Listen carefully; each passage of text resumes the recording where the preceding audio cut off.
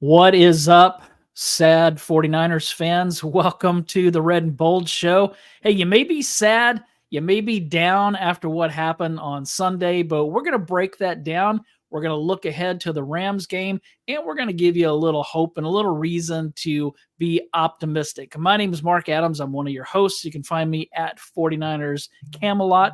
I'm joined by my co-host, Anthony Robertson. You can find him at 49ers Cutback. Ant, how's it going, man?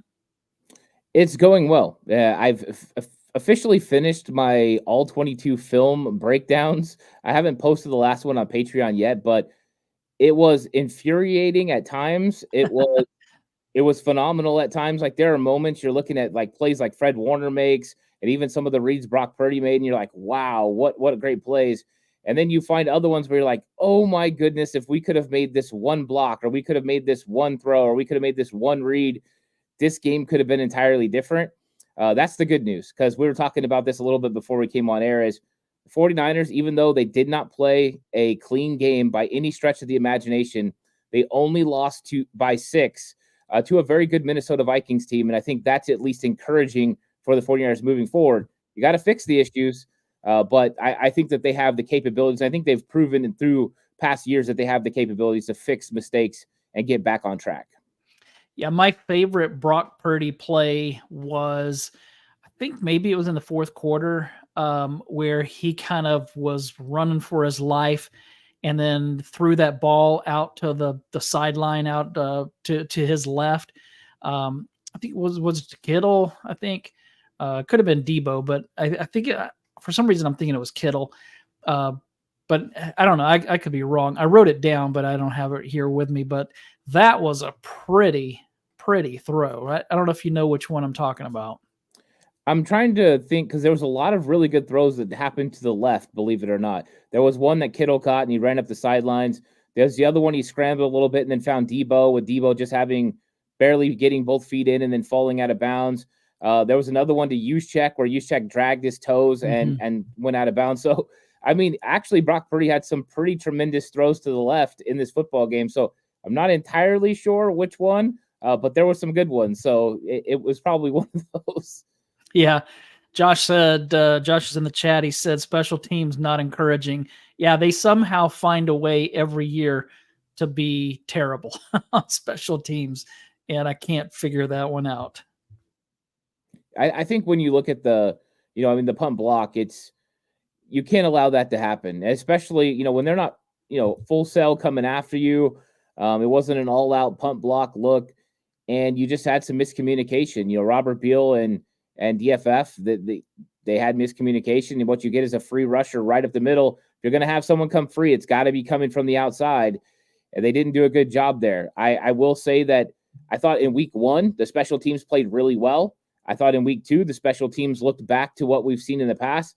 So I'm hoping that the special teams can fix it. And just looking at what they did wrong, I do think they can fix it. But they've got to make sure they're on their P's and Q's. We haven't had really good complementary football in San Francisco since Jim Harbaugh left. That was when they played great special teams, great defense, great offense. I wish that they could get back to that. Brian Schneider's proven in the past that he's a good special teams coordinator, but for whatever reason, it didn't work out with Hightower. Now it's not working out for Schneider very well. I'm hoping that they can get this thing together, because special teams is a big portion of this 49ers team, and I'm hoping that 1/3 of it will get better as we move forward in the season. Mr. Corey said, Ant, time to suit up at center. Jake Brendel is, I have moved on from Colton McKivitz being my weak link on the team to now it's Jake Brendel.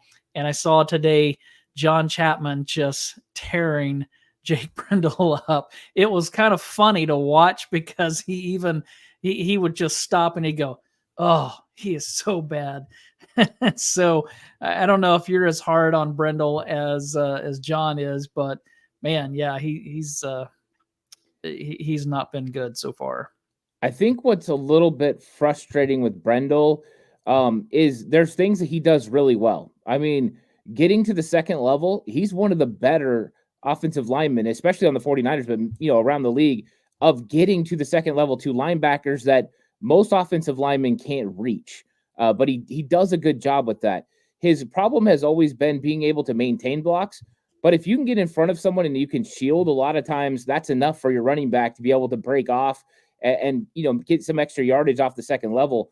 That's something he does well. We knew he didn't really have an anchor when it came to pass blocking, but I think there's an overall problem with the 49ers offensive line right now as far as picking up line stunts. Maybe they just got to get a little bit better communication and work through this thing a little bit. But I don't think it's things that are uncorrectable. But I don't think there's anything right now that Jake Brendle's doing that we didn't already know that he struggled with. So Yeah. This is just one of the things that the 49ers have been willing to live with. But we do see Brendle on the ground on pass rush, pass protection sets, which isn't good. So I would like to see Brendle get a little bit better. I don't know if he's reached the ceiling, but yeah, it's definitely something that the 49ers are going to have to monitor. But even though it was 6 sacks in the game, I don't put all 6 on the offensive line. So I don't think it was a terrible performance. I just don't think it was a great performance. It was kind of like decent, as Kyle Shanahan said, performance of Trent Williams was decent. I think that I remembered at least 2 sacks that I thought may have been on Brock Purdy. At least one that I remembered that was probably more of a coverage sack. I don't know what you saw, but this definitely has to be better. The 49ers on 3rd down were 2 of 10. That's terrible. On 4th down, they were 1 of 3. The Vikings, in contrast, were 7 of 12 on 3rd down, which is really good. And so, you look at 3rd down, who won the turnover battle? I think it may have been split, but the 3rd down battle, definitely Minnesota won that. Yeah, when you come into a football game, there's key elements that you need to make sure you win. And 3rd down, efficiency on offense is one of the keys. 49ers in week 1, 46% against the Jets. They did a really good job. This week, it wasn't there for them. You got to give credit to the Vikings defense getting off the field. And then you look at the 49ers defensive woes. It started in week 1, and you didn't know if it was, completely accurate, 60% conversion rate by the Jets. And you thought, well, maybe it was just the 1 or 2 drives 49ers really handled business for the most part. But now we're seeing that that's an issue. I think that this has been an issue in San Francisco for a few coordinators, Robert Saleh, D'Amico Ryans, Steve Wilkes, and now Nick Sorensen. I think that's part of the reason they brought in Brandon Staley. His defenses are traditionally really good on 3rd down, usually under 38%. Even last year with the Chargers, they were under 38% on 3rd down conversions against them. So, yes, that's a place they definitely got to get better. Another area that needs to get better for the 49ers, and a place they were the best in the NFL last year, was in the red zone, converting on touchdowns. That could be the Christian McCaffrey effect. They got a lot better when he got here in 2022. Now he's not here, and they're just not as good in the red zone. But that's an area that if they could execute a little bit better, they could turn this thing around. So you're right. 3rd downs, that's huge. Red zone, that's huge. Yeah, that's those things have to change. I'm kind of with Josh here, who said that late hit on Purdy was unacceptable. I saw 2 of them where he was kind of slammed to the ground, and I was surprised that nothing was called. Just didn't like that. I mean, the 49ers can't afford to lose him. And so that stuff can't be happening for sure. Well, let's get into what we saw.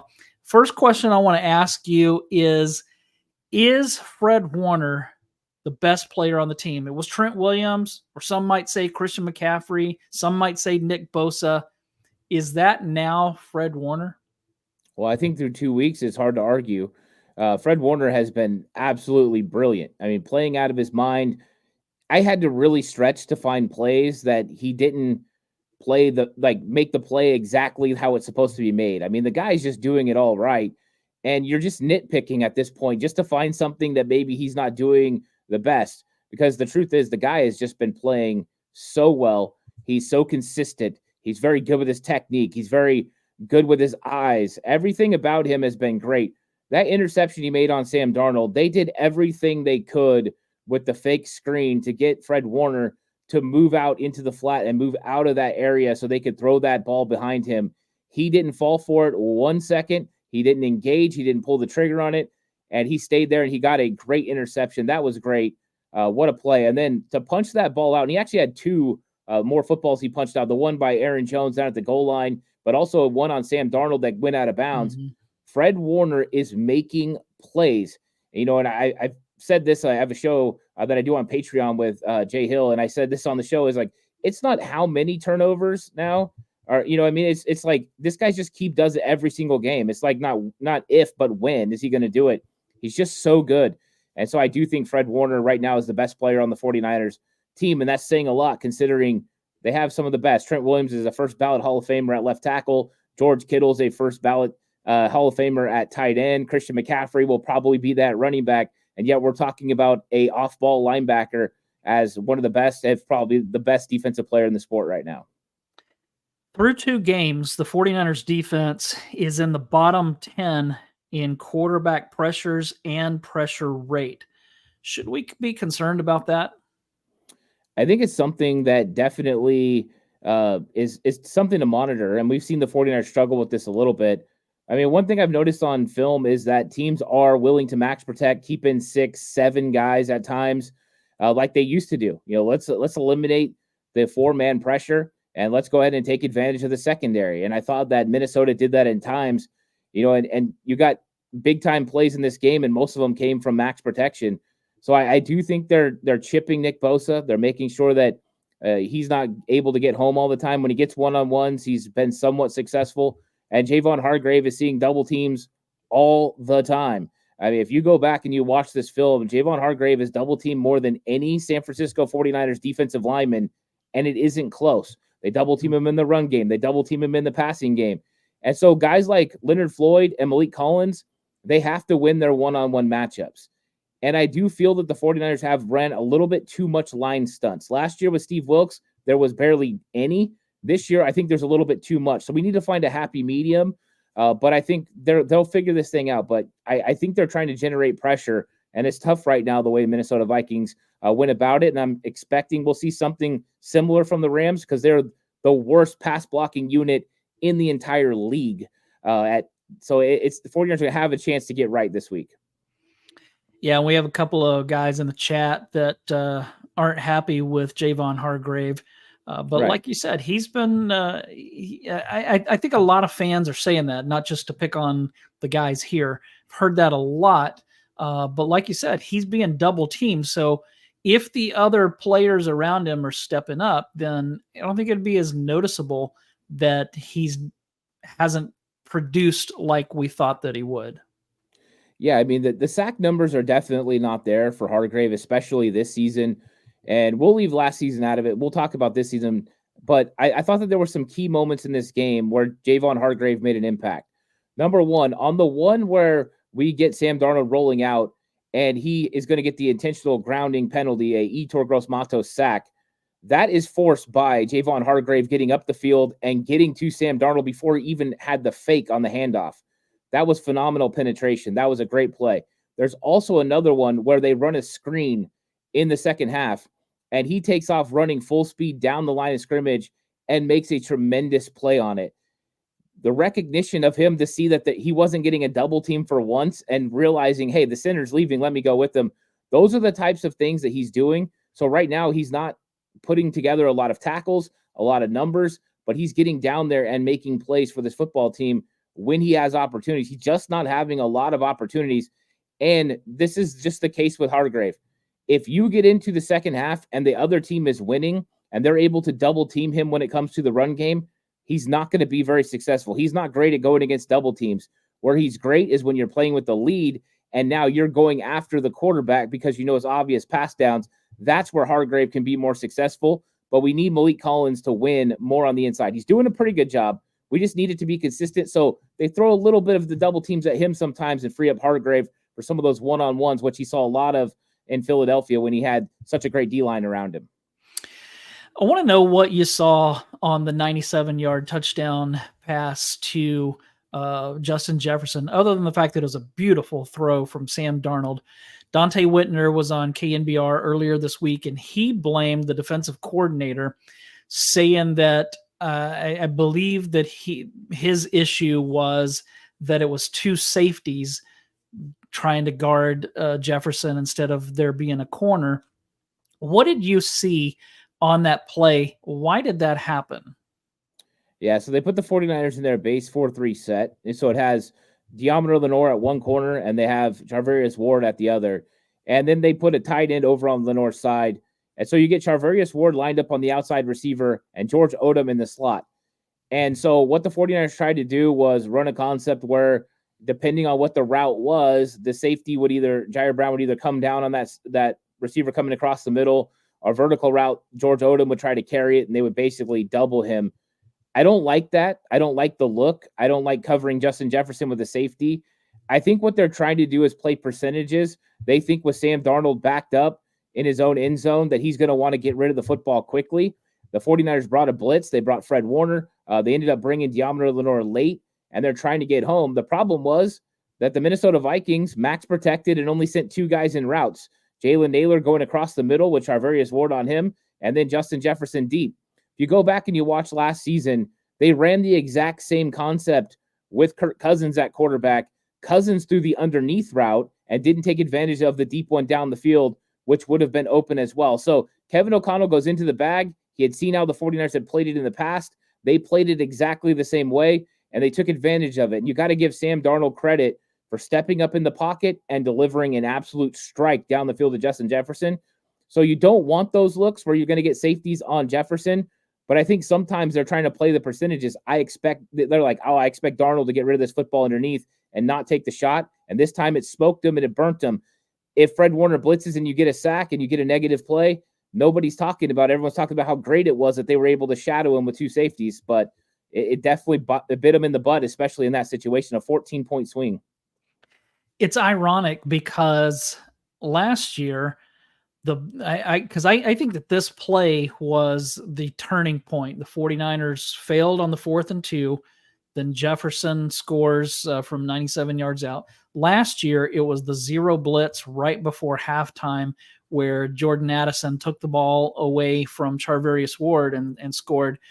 And so it's just kind of ironic that in both games in Minnesota, there was a big touchdown play that kind of shifted the momentum and ultimately played a huge part in how things turned out, for sure.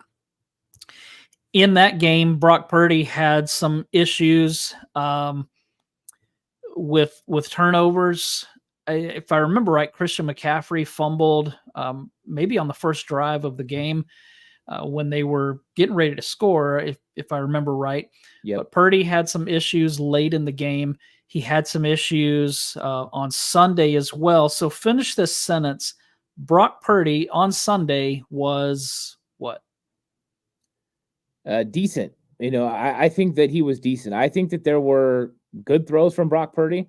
I think there were tremendous throws from Brock Purdy. And then I think there were some things he wished he would have unholstered. I think there were some throws that he left out there.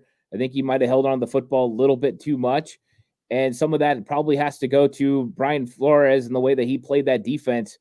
Some of the most unique ways to get into your coverage, inverting, putting corners at safety and safeties at corner in zone coverage, unique zone blitzes and fire zone blitzes.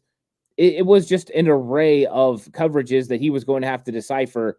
I felt like as the game went on, Brock Purdy got more comfortable with what he was looking at.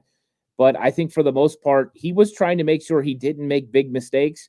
And I think at some points was unwilling to kind of let go of the football a couple of times. But I don't think this is something that's going to hinder Brock Purdy moving forward. In fact, I think if they played Minnesota again, and in fact, if you played Minnesota at Levi Stadium, I think he would play better now that he's seen the Flores defense again. But Flores, he's got it going, man. That he's got some stuff going there. They're cooking with that defense. And it's fun to watch, and I think they're going to give a lot of people fits. I don't think Brock Purdy is going to be the only quarterback that has a few hiccups in the games. Yeah, and he even said it to Flores afterward that what did he call his when he shook hands with him real quick, and what did he say? Your scheme is wild or something like that. So he's acknowledging how great that scheme was. How are the safeties playing? It sounds like Talanoa Hufanga is probably going to be back on Sunday. So I would guess that means George Odom is leaving the starting lineup. He was pulled after the big 97-yarder. Malik Mustafa came in And then later, after I think maybe Odom was out like 3 series or something like that, and then he came back. What are you seeing from the safeties? I mean, Brown is young; he's still pretty inexperienced. But what do you see there that you like, and what do you not like? I love the instincts of Jair Brown. I think that he has pretty good instincts. I mean, he did get cut off guard with the deep ball down the field with Justin Jefferson, and we've seen a couple of mistakes. They put Jair Brown in some tough situations. They put him in man coverage down on the goal line against Naylor, and he didn't do a good job. But that's a tough situation that they put him in. So I think they ask a lot. I think that there were mistakes by the safeties in this game. I think that they were manipulated a little bit. I think that Nick Sorensen called some defensive coverages that should have allowed the 49ers to get some stops on third down.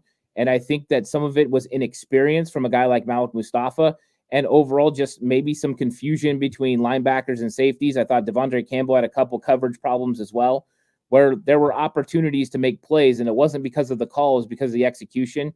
So I think Talanoa Hufanga is going to be big for that. Hufanga is really good at knowing where he's supposed to be and getting there when he's supposed to be there. He's got good instincts and good feel. I'm also very excited about Hufanga being on the back end for communication reasons. We had communication problems on a couple of occasions, including Charvarius Ward. He's got to make sure he stays deep on Naylor, and he gives up the touchdown right after the interception. That stuff can't happen, and I'm hoping Hufanga helps clear that up, because one thing we know, Fred communicates very well with the front seven, and he tries to communicate to the back end, but having Hufanga be able to communicate too could help get everyone on the same page. And Hufanga's pre-snap reads, there's only one guy better than him on this football team, and that's Fred Warner. Other than that, Hufanga is one of the best in the league when it comes to pre-snap reads, and that's going to help a lot too.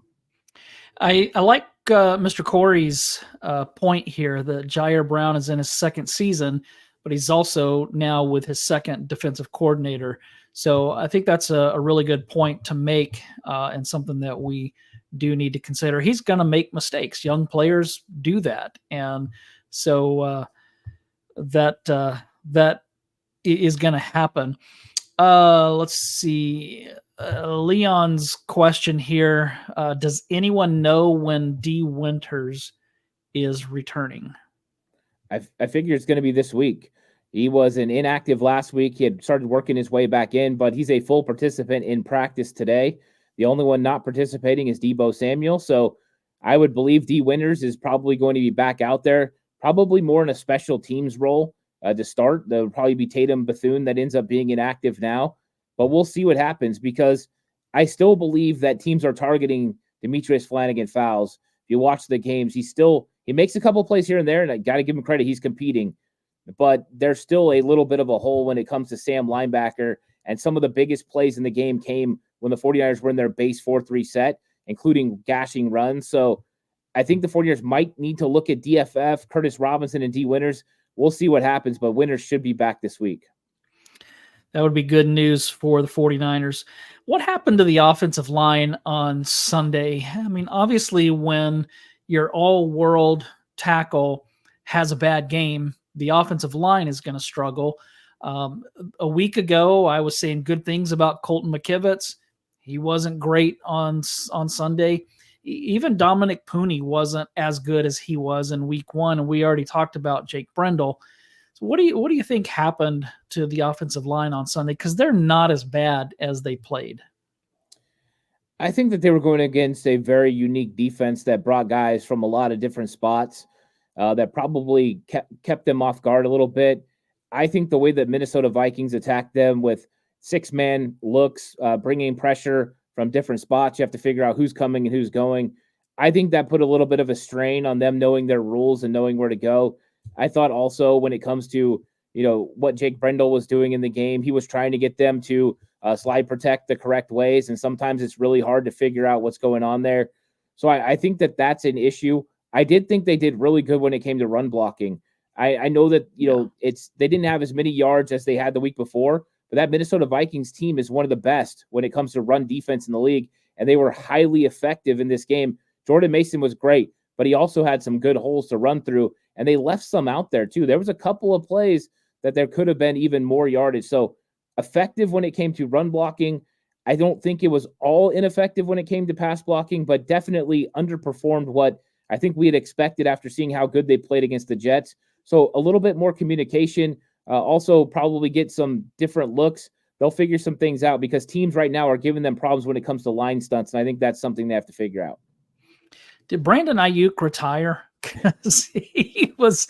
Now I did see him do some good things in the run game as a blocker, but man, he's not back where he needs to be as a receiver yet. Aiyuk's not back all the way, but I will say this.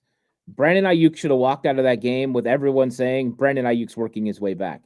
He should have had a touchdown in the back of the end zone. I think Brock Purdy could have released that one earlier and gave him a touchdown because he was open early. And I don't know if Brock didn't see it or what happened. I can't speak to the psyche of Brock Purdy, but that was one. There was also some digs and some plays over the middle that Brandon Aiyuk was open and Brock didn't feel comfortable releasing them. So I think there's opportunities to get Brandon Aiyuk the ball. I don't think it was completely bad. I do think there are moments still where you see the rust factor, him not being able to get off press coverage as well as we've seen him in the past. Him working through contact hasn't been as good as we've seen in the past. I don't even think his blocking right now is as good, but I think he's working back. I think it was a much better performance in week 2 than it was in week 1. And I'm just looking forward to him getting better because we need Brandon Aiyuk to play really good over the next several weeks with no Debo and no Christian McCaffrey. So I didn't think it was all bad, but I did think that he still has a couple things you can tell. If he'd had training camp, he probably would have been a lot better at it. Speaking of playing without Debo and McCaffrey, what do you think they're going to do in the running game? Because Jordan Mason can't continue getting 20-something carries a game. And then without Debo, what do you think they're going to do? I mean, Ricky Pearsall's not ready to come back yet. And when he does, he's going to have to round into shape. He's not going to just come in and be Jerry Rice right off the bat.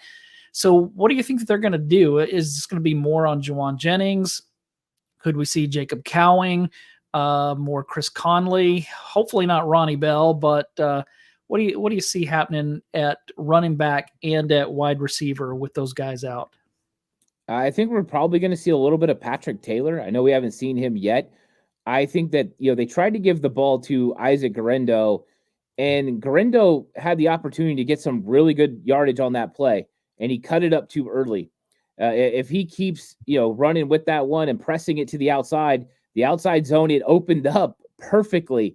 He just cut it back too early, so he didn't have enough patience to stick with it and stretch it out. I think Guerendo's still going to get some opportunities here and there, but I think it might be time to give the experienced Patrick Taylor a few carries as well, a guy that understands playing within a system very similar with LaFleur. He has a good feel for things too. Is he going to be dynamic? Is he going to have the explosive plays that Guerendo potentially could have? No. But I think the 49ers feel comfortable right now with their running back room. Kyle Shanahan talked about the fact you usually have 3 active running backs. They have Vaughn on the practice squad. I don't see a move coming right now. I think they believe Jordan Mason's doing enough on the ground and they can sprinkle in other guys. Then when you look at wide receiver, they kept so many on the active roster, even without Pearsall, without Debo. They still have 5 receivers. That's how many you normally have active for a game anyways. So I think we're just going to see more Conley. I think we're going to see more Bell. And I think hopefully we'll see a little bit of Jacob Cowing. But I think you're mainly, 49ers don't run a lot of 3 wide receiver sets anyways. But when they do, it's going to be Aiyuk, it's going to be Juwan Jennings, and it's going to be Chris Conley. It's also your best blocking wide receiver group in a game where you're going against one of the worst run defenses in the entire league. And if you run it 40 times, you're going to win. So I think that this week kind of sets up nice for the 49ers with the bigger wide receivers out there. Do you think they could do more 2 tight end sets with, because Saubert, he wasn't too bad. He had probably more catches than anybody else who's the number 2 tight end has had in a full season in recent years. Could they go that route some? 100%. Actually putting the Rams in their base set at getting that, getting those linebackers on the field is good for the 49ers. It's better to keep Carnell Lake in that nickel corner off the field. He's better than their linebackers. So, yeah, I think 2 tight end sets are going to be huge this week, loading up with, your 12 and 20, 21, 22 personnel and just running at the Rams. I think it's going to be important. I also would like to see the 49ers integrate more play action pass. They're only doing it like 13% of the time. It's some of the lowest we've seen from the 49ers. Yeah. And I'd love to see that going, especially because when they did do it against Minnesota, I saw the linebackers bite. Now, I know it's tough when you do it against a team that's so unpredictable like the Minnesota Vikings, because you run play action and they don't buy it, they get you for a sack at a huge negative play. So I understand why part of that game's not involved, but I'd love to see it this week against the Rams, where you're going to have an opportunity to have big plays down the field. Kenny in the chat said, bring back Tom Rathman. Yeah, I love it. I can get behind that. Rathman could probably still play. Leon asked, is Tracy Walker still on the active roster? He is not. He was elevated on Saturday, and the way that works is that once the game is over, they go back to the practice squad. A player can be promoted like that 3 times during the season, and after that 3rd time, the team has to decide what to do with him. So he's not. He's back on the practice squad. Let's see. Rick has a question for both of yous. Do you? It sounds like Philly talk right there. Do you know who is the offensive coordinator of the 49ers? Who's the one that calls the plays to give to the quarterback? Does Shanahan call in the plays, or does because I don't think they have anybody else doing that. I think it goes from Shanahan right to Purdy. Is that right? Yeah.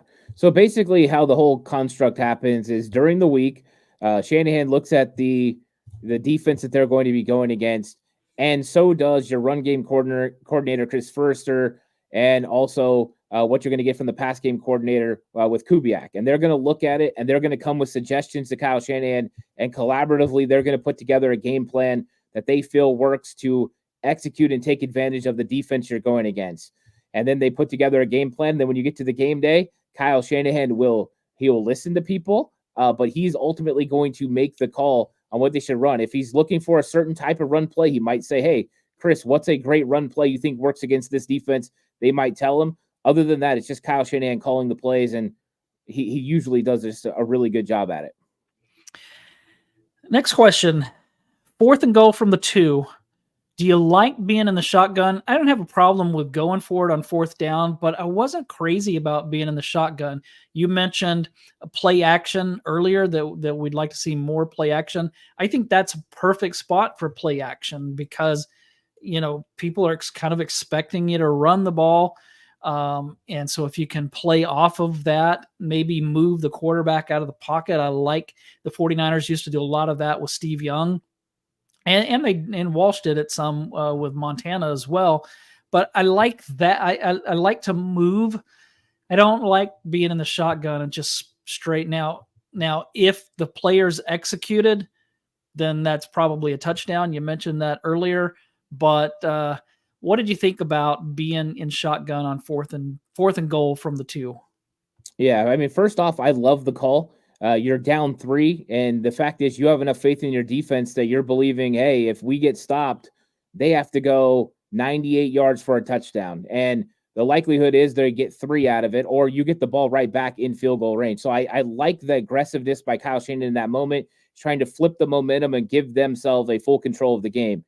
Now, the sequence of plays leading up to that 4th down is something interesting. 1st down, they run play action, fake to Jordan Mason, roll out to the left. That's the play I'm talking about. You got Juwan Jennings underneath. You've got Brandon Aiyuk in the back of the end zone. They've put the corner in a vertical stretch. The corner comes up on Juwan Jennings. He has Aiyuk for a touchdown. He hesitates a little bit. Ball gets thrown out of bounds, incomplete. So there's your play action on play 1. Play 2, they run the ball up the middle to Jordan Mason. Aaron Banks whiffs on the linebacker Pace because he takes the wrong angle on how to block him. Pace makes the tackle in the hole. That's down 2. Down 3, they get the ball to George Kittle. He runs the route to the goal line, does not get in. Now you're at the 1-yard line. That's when they run the 4th down shotgun play, and they get the matchup they're looking for. They know a blitz is coming, and they get one-on-one Harrison Smith versus Juwan Jennings, who's one of your best separators, especially in that space. And the only thing you have to do is get the hands down on the edge defender. And Van Ginkel, they don't get his hands down. He gets his hands up, tips the ball, or that's an absolute touchdown. So you can see the sequence of events that leads to it. It's frustrating, but ultimately I have no problems with the call and the sequence of calls. I thought they did a pretty good job finding matchups for their playmakers. They just weren't able to execute enough to get the big touchdown. Kenny in the chat said, always take the points and kick a field goal.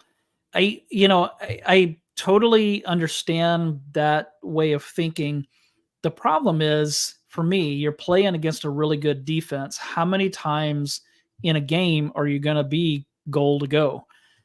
So I didn't mind him going for it in that situation. Um, I just didn't like I didn't like being in shotgun there.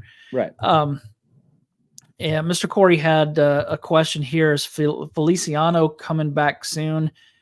I haven't heard, but I'm thinking maybe in the next couple of weeks, hopefully. Yeah, the first time he's eligible is after 4 games, so he can come back week 5. That's when he'll be eligible to return. I don't know what the 49ers are going to do at that point.